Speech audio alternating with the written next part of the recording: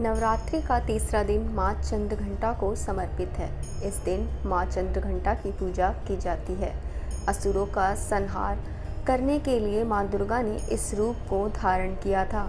माँ चंद्रघंटा को परम शक्तिदायक और कल्याणकारी माना गया है।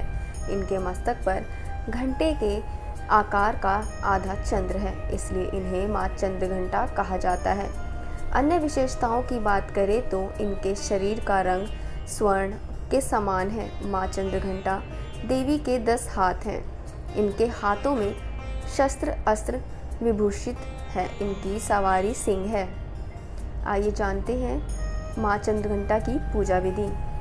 पूजा प्रारंभ करने से पहले माँ चंद्रघंटा को केसर और केवड़ा जल से स्नान कराएं।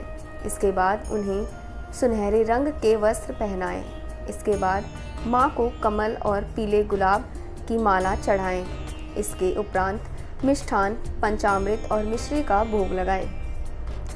आगे जानते हैं माँ चंद्रघंटा की कहानी। पौराणिक कथा के अनुसार जब दैत्यों का आतंक बढ़ने लगा तो माँ दुर्गा ने माँ चंद्रघंटा का अवतार लिया। उस समय असुरों का स्वामी महिषासुर था, जिसका देवताओं से भयंकर युद्ध चल रहा था। महिषासुर देव राज इंद्र का सिंहासन प्राप्त करना चाहता था। इसकी प्रबल इच्छा स्वर्गलोक पर राज करने की थी।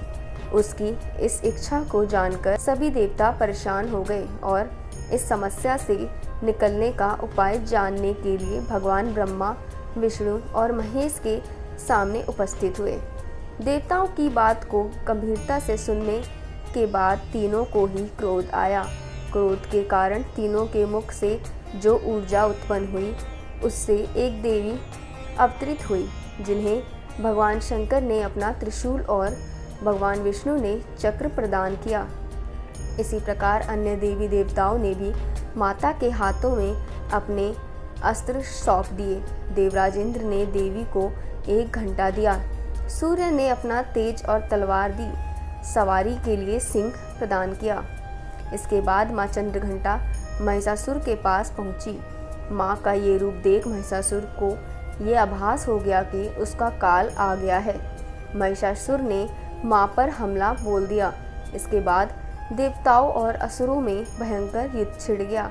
माँ चंद्रघंटा ने महिषासुर का संहार किया। इस प्रकार माँ ने देवताओं को रक्षा की।